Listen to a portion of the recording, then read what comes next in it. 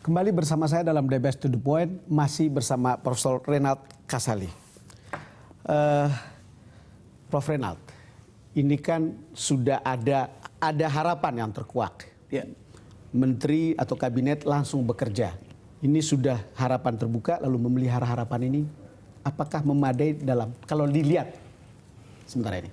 Kalau kita bicara harapan, harapan itu bisa meningkatkan kita untuk bekerja lebih baik lagi. Betul.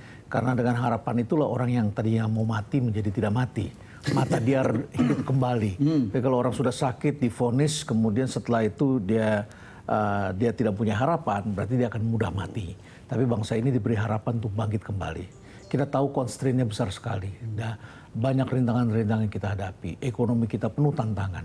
Tetapi dengan adanya harapan ini harus bisa diberikan hasil. Yang paling penting dari kabinet ini adalah segera menunjukkan short term result. Short term result yang disebut sebagai quick wins oleh Jokowi. Sekarang sudah ada, at least dia sudah memenuhi janjinya tentang Kartu Indonesia Pintar, Kartu Indonesia Sehat. Kira-kira apa yang membuat kalau Prof melihat dalam jangka dekat untuk kemudian bisa memperlihatkan lagi untuk membuat orang lebih berharap atau memelihara harapan tadi? Saya kira beberapa hal yang paling mendasar itu adalah pertama di bidang pendidikan. Itu harus ditujukan hasilnya, pendidikan. Karena banyak sekali anak-anak kita yang sudah dijamin bersekolah tapi tidak bisa bersekolah. Ini harus diberikan kesempatan dan sekolah-sekolah harus aktif mendatangi. Presiden yang mau turun, maka kepala-kepala sekolah juga harus turun ke lapangan, menjemput, tidak bisa mendiamkan. Ya. Jadi perbaikan dalam sekolah. Yang kedua adalah dalam bidang kesehatan itu sendiri, kartu Indonesia Sehat. Ini masih ada pertentangan di kalangan pemilik rumah sakit, ya, karena mereka juga merasakan bahwa ini bukan tanggung jawab mereka untuk mendistribusikan, untuk terlibat dan lain sebagainya. Saya kira dialog ini menjadi sangat artinya penting. Masih ada soal-soal teknis yang tampak juga cukup substansial di depannya. Substansial. Ini harus ada dialog untuk kepastian. Ya. Kemudian yang ketiga yang perlu segera cepat dicari jalan keluarnya, akar persoalannya itu adalah penguatan rupiah. Penguatan rupiah, penurunan tingkat bunga. Dan itu akan mungkin kenaikan BBM sebentar lagi mungkin akan mempengaruhi itu semua. Harusnya bisa menjawab itu. Prof, kenapa saya tanyakan ini? Karena kalau kita lihat di survei Kompas, itu coba kita lihat hasilnya. Kabinet kerja diapresiasi oleh publik. Dan kita lihat salah satu itemnya adalah bagaimana kemampuan kabinet Jokowi JK mewujudkan hal-hal berikut. Membuat Indonesia sebagai poros maritim dunia, ada 66,8%.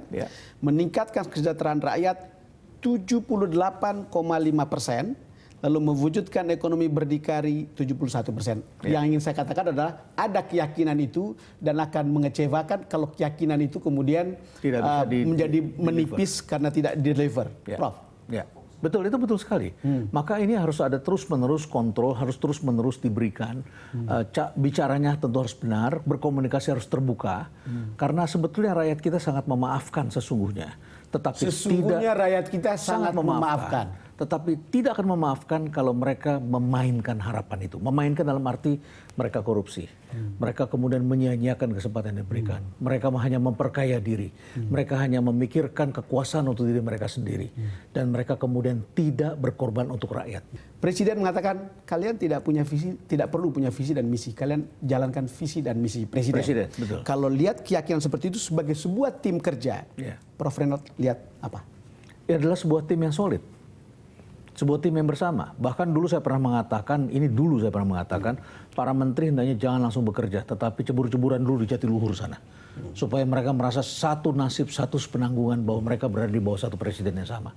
Tetapi itu tidak dijalankan. Bahkan kemudian visi misinya masing-masing berjalan sendiri-sendiri. Jangankan visi misi presiden dengan menteri. Di dalam satu kementerian yang sama, masing-masing direktorat itu mempunyai visi misi yang berbeda-beda dan bertabrakan satu sama lain. Kita tahu misalnya visi misi kita untuk meningkatkan ekspor dan promosi Indonesia di luar negeri. Hampir semua kementerian melakukannya. Semuanya kecil-kecil dan kemudian tidak saling menopang. Walaupun sebuah tim yang solid, tetapi biasanya dalam tim itu selalu ada anggota yang menjadi pembeda. Kalau Prof melihat di dalam tim ini, sengaja saya pertanyakan ini karena kemudian saya teringat pada Susi kembali tadi. Ini seperti membuat perbedaan begitu. Susi ini? Ya. Susi adalah sosok yang menarik sepanjang dia bisa mendeliver apa yang dia sudah ucapkan, dijanjikan.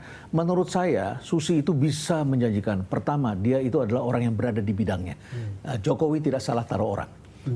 Kalau Susi ditaruh sebagai Menteri Perhubungan, baru kita bisa mencaci maki itu. Karena dia bukan bidangnya. Ya. Kalau dia dijadikan Menko Perekonomian, baru kemudian rakyat boleh marah. Tetapi kalau di bidang perikanan, ya walaupun kelautannya itu masih tempat yang benar. Tempat yang benar. Ya.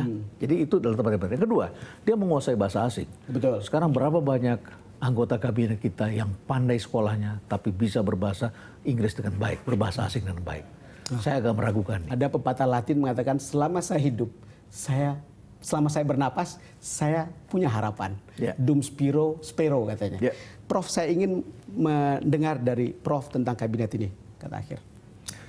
Ini adalah kabinet yang saya kira inspiratif, kabinet yang benar-benar gesit. Ini yang saya sebut sebagai agile government. Saya teringat dengan apa yang dilakukan oleh JK pada saat dia harus membuka bandara Kuala Namu. Ya. Pada saat itu terjadilah pesawat jatuh di mana Alex Nurdin ada di dalamnya. Betul. Kemudian JK bertanya, kenapa kita tidak pindah? Oh, sudah rencana, Pak.